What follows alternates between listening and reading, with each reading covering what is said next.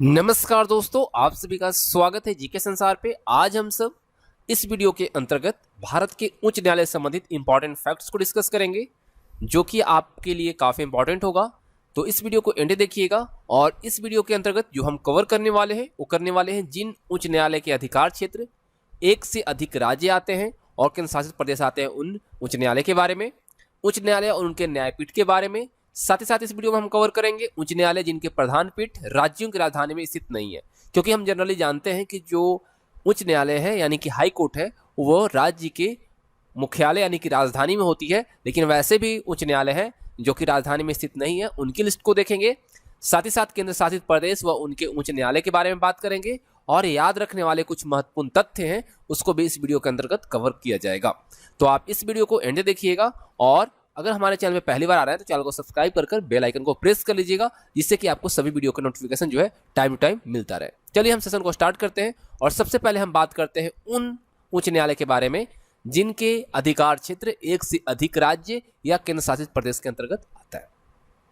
तो इसमें सबसे पहले अगर हम बात करते हैं गुवाहाटी, आपको पता है गुवाहाटी उच्च न्यायालय जो है इसके अधिकार क्षेत्र के अंतर्गत जो आते हैं वो अरुणाचल प्रदेश, असम, नागालैंड और मिजोरम, ये 4 राज्य आते हैं। कौन कौन से? अरुणाचल प्रदेश, असम, नागालैंड और मिजोरम। इनके कोई भी जो न्यायिक प्रक्रिया होगी वह किसके अंतर्गत होगा? गुवाहाटी उच्च न्यायालय के अंतर्गत होगा। इसके खंडपीठ कहाँ कहाँ है उन सब चीजों को भी हम यहाँ पे डिस्कस करेंगे, लेकिन आगे। ठीक है, अब देखिए बॉम्बे हाई कोर्ट जो है इसका अधिकार क्षेत्र आता है महाराष्ट्र, गोवा, दादर और नगर हवेली। कलकत्ता की बात करें, कलकत्ता हाई कोर्ट की, तो इसके अंतर्गत वेस्ट बंगाल, अंडमान और निकोबार द्वीप समूह आता है। केरल की बात करते हैं तो इसके अधिकार क्षेत्र के अंतर्गत केरल और लक्षद्वीप आता है। मद्रास हाई कोर्ट के अंतर्गत तमिलनाडु और पुडुचेरी आता है। पंजाब और हरियाणा उच्च न्यायालय जो है इसके अंतर्गत पंजाब, हरियाणा और चंडीगढ़ आता है। जम्मू कश्मीर की बात करें जो कि एक यूटी है, यहाँ पे भी उच्च न्यायालय है ना, तो इसके अधिकार क्षेत्र के अंतर्गत जो आता है वो आता है जम्मू कश्मीर और लद्दाख। तो आप चाहे तो इसका स्क्रीनशॉट ले सकते हैं।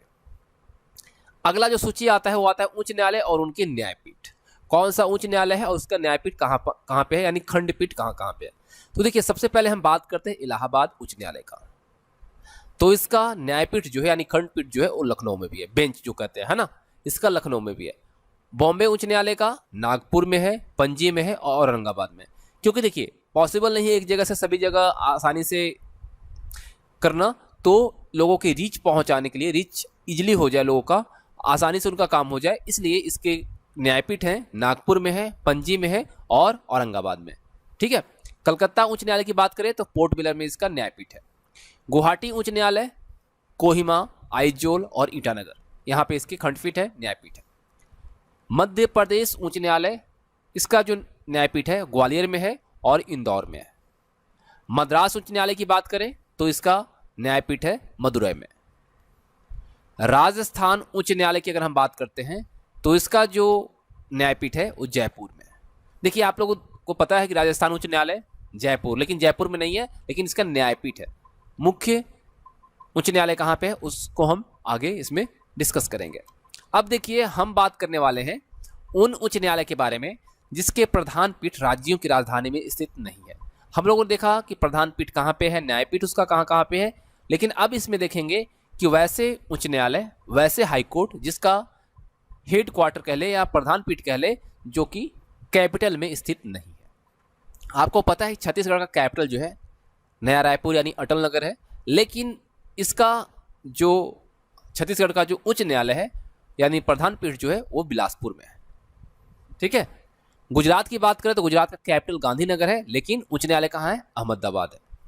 केरल की बात करें तो तिरुवनंतपुरम इसका कैपिटल है, लेकिन इसका जो प्रधान पीठ है वो कहाँ पे है? कोची में। मध्य प्रदेश का कैपिटल भोपाल है, लेकिन इसका जो प्रधान पीठ है वो जबलपुर में है। और कहाँ पे है? ग्वालियर और इंदौर में, हम लोगों को देखा। अब देखिए उड़ीसा का कैपिटल भुवनेश्वर, लेकिन इसका जो प्रधान पीठ है वो कटक में है।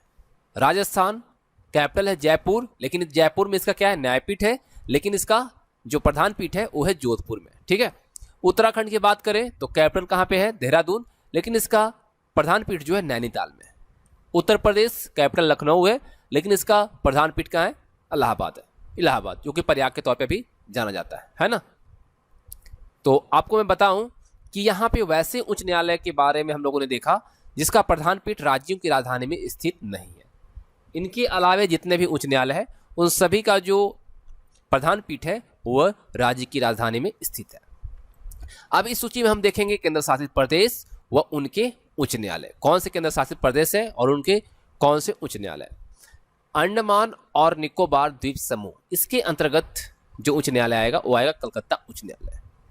लक्षद्वीप केरल उच्च न्यायालय इसके अंतर्गत आता है। पुडुचेरी मद्रास उच्च न्यायालय, ठीक है। तमिलनाडु और पुडुचेरी का जो अधिकार क्षेत्र है वो मद्रास उच्च न्यायालय के अंतर्गत ही आता है, ठीक है। लेकिन यहाँ पे हम बात कर रहे हैं सिर्फ केंद्र शासित प्रदेश के बारे में। दादर और नगर हवेली की बात करें तो ये आता है बॉम्बे उच्च न्यायालय के अंतर्गत। बॉम्बे उच्च न्यायालय जो है इसके अंतर्गत आता है। जम्मू एंड कश्मीर के साथ साथ लद्दाख की अगर हम बात करें तो जम्मू कश्मीर उच्च न्यायालय इसका उच्च न्यायालय लगता है। चंडीगढ़ की बात करते हैं तो पंजाब और हरियाणा उच्च न्यायालय के अंतर्गत आता है। दिल्ली की अगर हम बात करते हैं तो दिल्ली उच्च न्यायालय इसका हाईकोर्ट है, यानी कि उच्च न्यायालय, ठीक है। दिल्ली का कौन सा उच्च न्यायालय है? दिल्ली उच्च न्यायालय। तो ये सभी थे केंद्र शासित प्रदेश और उनके उच्च न्यायालय। तो आपको पता है कि हमारे देश में वर्तमान में 8 यूटी है, यानी कि 8 केंद्र शासित प्रदेश है। 1 2 3 4 5 6 7 और यहाँ पे 2 है, आप देख रहे हैं जम्मू एंड कश्मीर और लद्दाख। तो ये 8 यूटी वर्तमान में है, ठीक है। चलिए आगे देखते हैं। अब कुछ याद करने वाले महत्वपूर्ण तथ्यों को यहाँ पर देख लेते हैं। भारत का उच्चतम न्यायालय जो है 26 जनवरी 1950 को अस्तित्व में आया और इसकी पहली बैठक जो है आपका 28 जनवरी 1950 को हुई। इससे पहले 1937 से लेकर 1950 तक भारत की संघीय अदालत कार्यरत थी। उच्चतम न्यायालय में न्यायाधीशों की संख्या होगी वो न्यायमूर्ति और अन्य 33 न्यायाधीश होंगे, यानी कि एक जो होगा चीफ जस्टिस, बाकी 33 अन्य जस्टिस होंगे, न्यायाधीश होंगे।